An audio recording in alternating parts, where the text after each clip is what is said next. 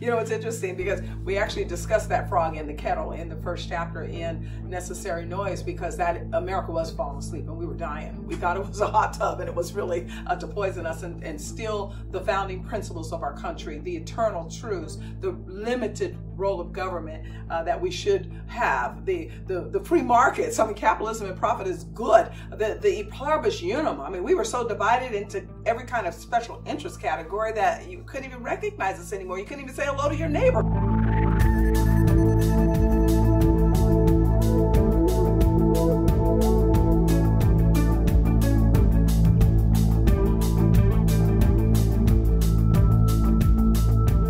Richard, why did you decide to co-author this book with Star Parker?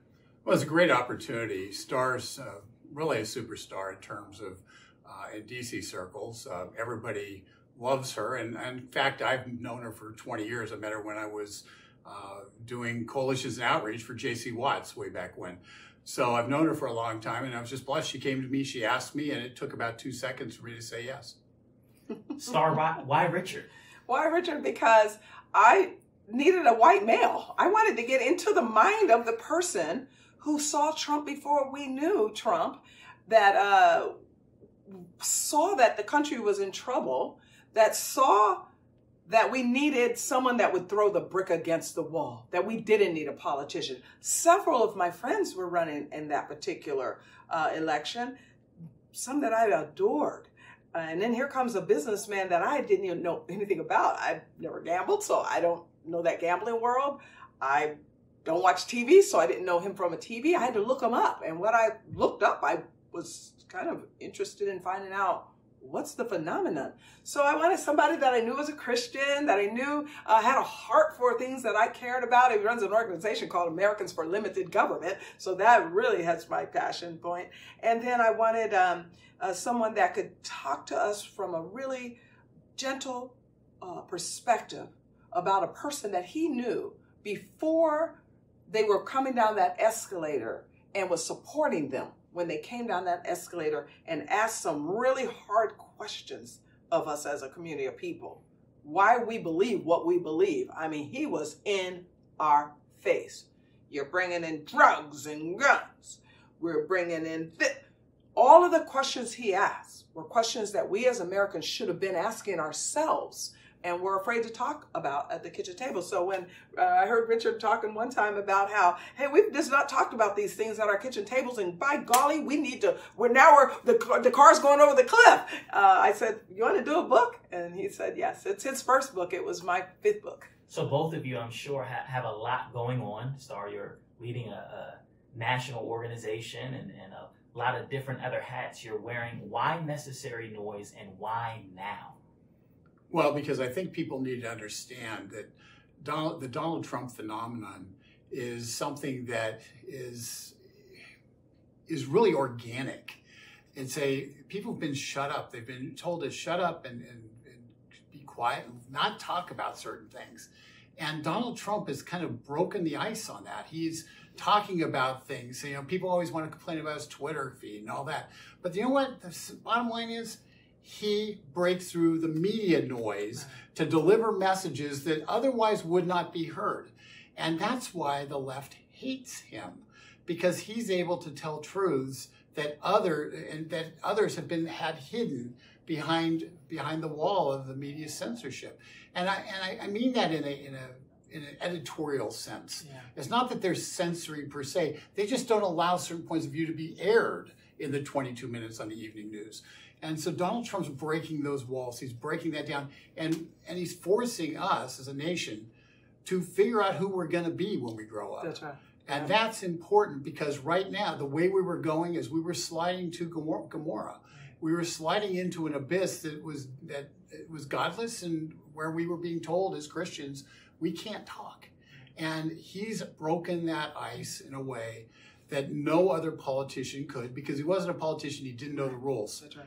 Yeah, you know, it's interesting because we actually discussed that frog in the kettle in the first chapter in Necessary Noise, because that America was falling asleep and we were dying. We thought it was a hot tub and it was really to poison us and steal the founding principles of our country, the eternal truths, the limited role of government that we should have, the free markets. I mean, capitalism and profit is good. The e pluribus unum. I mean, we were so divided into every kind of special interest category that you couldn't even recognize us anymore. You couldn't even say hello to your neighbor without wondering whether you were offending them. And so when Donald Trump showed up, you're right, he not only started talking very brashly, but even to the black community. He got around the media that had very limited black information for us. All we saw from the mainstream media was that we were a bunch of gangsters or victims. And yet he came and said, well, what do you have to lose? I mean, he started talking about things that we know we talk about, not just in our churches, but we talk about them in our barbershops. We talk about them at our family reunions. And so when he started asking black people, well, what do you have to lose? It made us start thinking, yeah, what do we have to lose? We are losing ourselves. We've got 25% of our households that live on welfare. We've got, and in that community and in our community, we got 75% of our children growing up in single-headed households. We have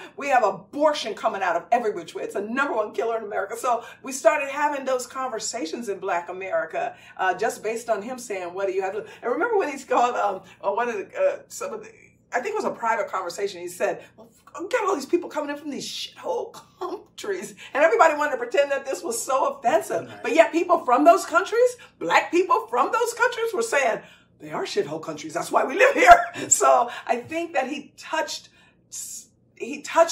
everyone. But there were some people that saw it first. I knew, because I've been working in Washington in and out 25 years and the last 15 years just consistently, that there was something inherently wrong, that we were at that critical cross point. We couldn't go on anymore, half free and half slave. But I didn't know why that Tea Party selected Donald Trump. And that's what I really appreciated about Richard, because he had those tendencies too to say, here's why we voted for him. Here's why we wanted him. We were trying to tell the country something was wrong on both sides of the aisle. You know, especially you might even want to mention about how you see that at that point, the Democrats and the Republicans were doing basically the same thing. Yeah, we always had debate over power in this country.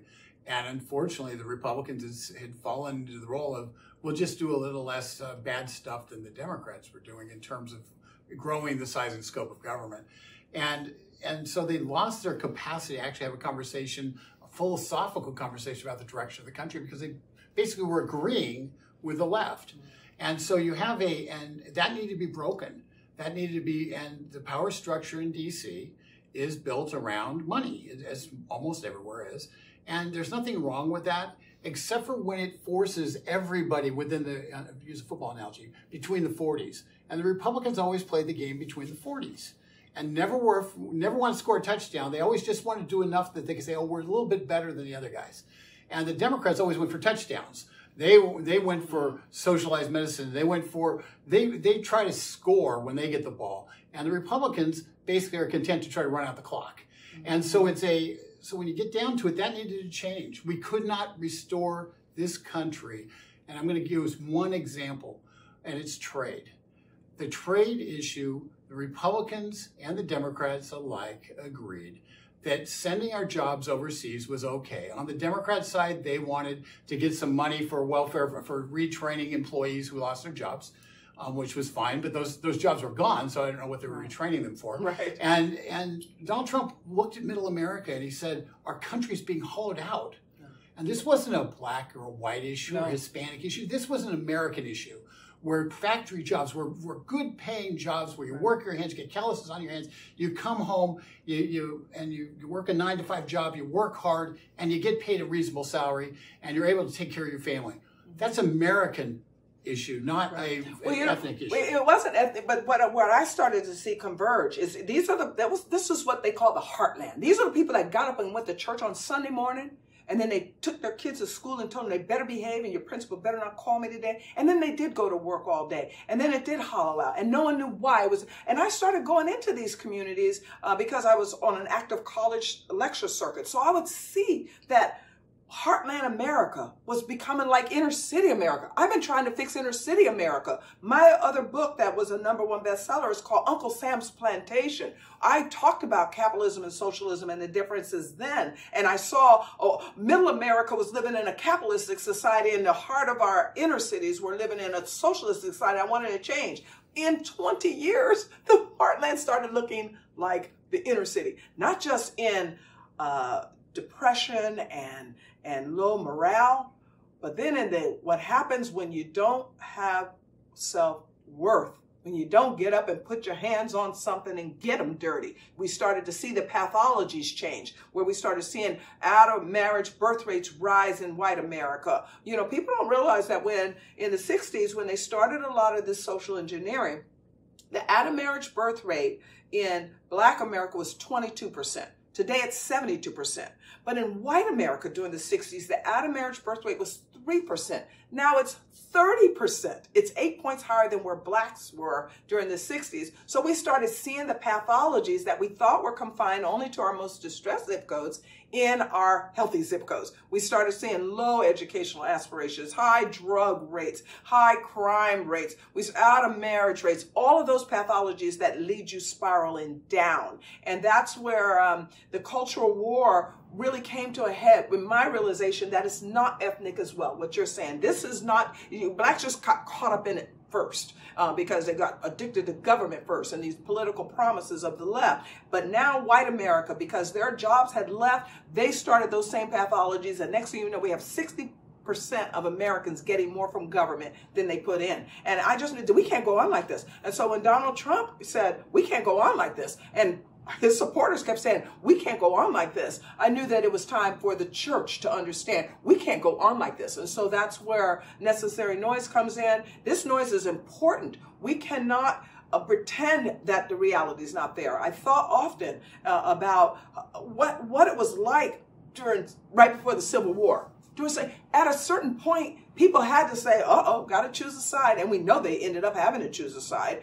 The same thing happened, and I'm now talking about the church. The same thing happened during the civil rights movement. At a certain point, you got to say, maybe we should get more involved. It's too many lynchings. This is not good. We saw it during Auschwitz. We saw it during, how in the world are we as a society that a third keeps saying, we love the Lord and we're going to go to church on Sunday morning, not engaged as we're unraveling, and that frog was just totally dying. So we came up with 5 different areas that we said we're gonna address. So not just the trade issues and the swamp noise, but we did the gender noise and the Black noise and the tolerance noise and the opportunity noise. And that's one of the great things about being able to do this, because Star and I, in talking about this over time, I learned awful lot from Star in terms of perspective, and hopefully she learned a little bit from me in terms of perspective. And so when we came together on this book, it is a cumulative effort between the two of us, and it's and hopefully we're hitting the heart.